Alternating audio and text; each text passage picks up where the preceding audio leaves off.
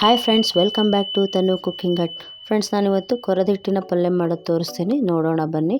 ಒಂದು ಮಿಕ್ಸಿ ಜಾರಿಗೆ 1 tea spoon ಜೀರಿಗೆ, 1 ಟೀ ಸ್ಪೂನ್ ಧನಿಯಾ, 2 ಗಡ್ಡೆ ಬೆಳ್ಳುಳ್ಳಿ, ಸ್ವಲ್ಪ ಕರಿಬೇವು, 1 ಇಂಚು ಶುಂಠಿ, ಸ್ವಲ್ಪ ಕೊಬ್ಬರಿ, 5 ರಿಂದ 6 ಹಸಿರು ಮೆಣಸಿನಕಾಯಿ, ಇದನ್ನೆಲ್ಲ ರುಬ್ಕೊಂಬರೋಣ. ನೋಡಿ, ಈ ಥರ ರುಬ್ಬಬೇಕು. ಫುಲ್ ನೈಸ್ ಆಗಬಾರ್ದು, ಈ ಥರ ಇರಬೇಕು. ಈಗ ಒಲೆ ಹತ್ತಿಸಿ ಒಂದು ಬಾಣಲೆ ಇಡೋಣ. ಇದಕ್ಕೆ 4 ರಿಂದ 5 ಟೀ ಸ್ಪೂನ್ ಎಣ್ಣೆ ಕಾಯಲಿ. ಈಗ ಅರ್ಧ ಟೀ ಸ್ಪೂನ್ ಸಾಸಿವೆ, 1 ಈರುಳ್ಳಿ, ಸಣ್ಣಗೆ ಹೆಚ್ಚಿದ ಈರುಳ್ಳಿ, ಸ್ವಲ್ಪ ಬಾಡಿಸಿ ಲಿಡ್ ಕ್ಲೋಸ್ ಮಾಡಿ ಸ್ವಲ್ಪ ಬೇಯಲಿ. ಈಗ ಈರುಳ್ಳಿ ಚೆನ್ನಾಗಿ ಬೆಂದಾಗಿದೆ. ರುಬ್ಬಿದ ಮಿಶ್ರಣ ಹಾಕೋಣ. ರುಚಿಗೆ ತಕ್ಕಷ್ಟು ಉಪ್ಪು. ಈಗ ಇದು ಹಸಿ ವಾಸನೆ ಹೋಗೋ ತನಕ ಸ್ವಲ್ಪ ಬೇಯಲಿ. ಲಿಡ್ ಕ್ಲೋಸ್ ಮಾಡಿ. ಈಗ ಬೆಂದಾಗಿದೆ. ನಂತರ ಅರ್ಧ ಟೀ ಸ್ಪೂನ್ ಅರಿಶಿಣ, ಸ್ವಲ್ಪ ಬೆಲ್ಲ, ಹುಣಸೆ ರಸ ಹಾಕೋಣ. ಮತ್ತು ಮಿಕ್ಸ್ ಮಾಡಿ ಸ್ವಲ್ಪ ನೀರು ಹಾಕಿ ಕುದಿಯಲು ಬಿಡಿ. ಲಿಡ್ ಕ್ಲೋಸ್ ಮಾಡಿ. ಈಗ ಸ್ವಲ್ಪ ಕುದ್ದಿದೆ. ಇದಕ್ಕೆ ಈಗ 2 ಗ್ಲಾಸ್ನಷ್ಟು ನೀರು ಹಾಕೋಣ. ಫ್ರೆಂಡ್ಸ್, ಈ ನೀರು ಕುದಿಯೋಷ್ಟರಲ್ಲಿ ಒಂದು ತಟ್ಟೆಗೆ ಎಣ್ಣೆ ಹಚ್ಕೊಳ್ಳೋಣ.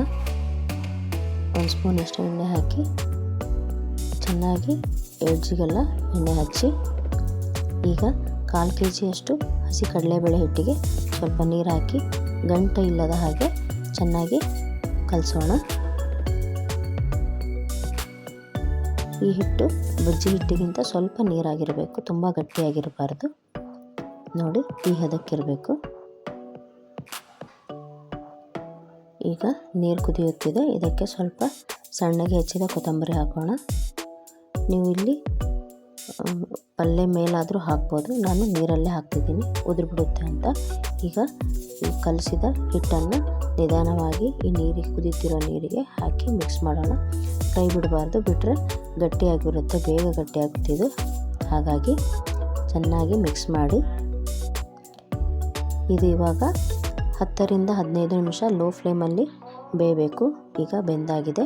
ನೋಡಿ, ಈ ಥರ ಆಗಿದೆ. ಈ ಹದಕ್ಕಿರಬೇಕು. ಈಗ ಇದು ಕಂಪ್ಲೀಟಾಗಿ ಬೆಂದಿದೆ. ಈಗ ಇದನ್ನು ಎಣ್ಣೆ ಹಚ್ಚಿದ ತಟ್ಟೆಗೆ ಹಾಕೋಣ. ಫ್ರೆಂಡ್ಸ್, ನಾವು ಈ ಪಲ್ಯನ ವಿಶೇಷವಾಗಿ ಸಂಕ್ರಮಣದಲ್ಲಿ ಮತ್ತು ನಾಗರ ಪಂಚಮಿ ರೊಟ್ಟಿ ಹಬ್ಬದಲ್ಲಿ ಮಾಡ್ತೀವಿ. ಈಗ ಒಂದು ಸ್ಪ್ಯಾಚರ್ ತಗೊಂಡು ಅದಕ್ಕೆ ಸ್ವಲ್ಪ ಎಣ್ಣೆ ಹಚ್ಚಿ ಕ್ಲೀನಾಗಿ ಅದನ್ನು ಫ್ಲ್ಯಾಟಾಗಿ ತಟ್ಟೋಣ. ನೋಡಿ, ಈ ಥರ ಎಲ್ಲ ಸಮವಾಗಬೇಕದು.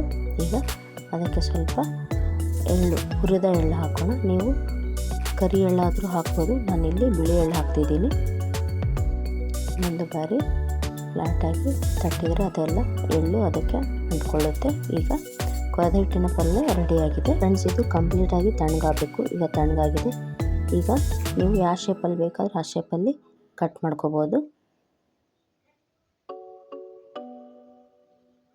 ಹಿಟ್ಟು ಚೆನ್ನಾಗಿ ಬೆಂದಿರಬೇಕು, ಇಲ್ಲಾಂದರೆ ತಿಂದಾಗ ಬಾಯಲ್ಲಿ ಹಿಟ್ಟು ಹಸಿ ಹಸಿ ಅನಿಸುತ್ತೆ. ನೋಡಿ, ಚೆನ್ನಾಗಿ ಬೆಂದಿರೋದ್ರಿಂದ ಈ ಥರ ಬಿಡುತ್ತೆ. ನೋಡಿ ಫ್ರೆಂಡ್ಸ್, ಕಟ್ ಮಾಡಿದಾಗ ಎಷ್ಟು ಚೆನ್ನಾಗಿ ಬಂದಿದೆ. ಈಗ ಇಷ್ಟೇ ದಪ್ಪಗಿರಬೇಕು, ಭಾಳ ತೆಳ್ಳಗೆ ಹಾಕಬಾರ್ದು ತಟ್ಟೆಯಲ್ಲಿ. ಈಗ ನಮ್ಮ ಉತ್ತರ ಕರ್ನಾಟಕದ ಕೊರದ ಹಿಟ್ಟಿನ ಪಲ್ಯ ರೆಡಿಯಾಗಿದೆ. ಇದನ್ನು ರೊಟ್ಟಿಯೊಂದಿಗೆ ಸವಿಯಿರಿ.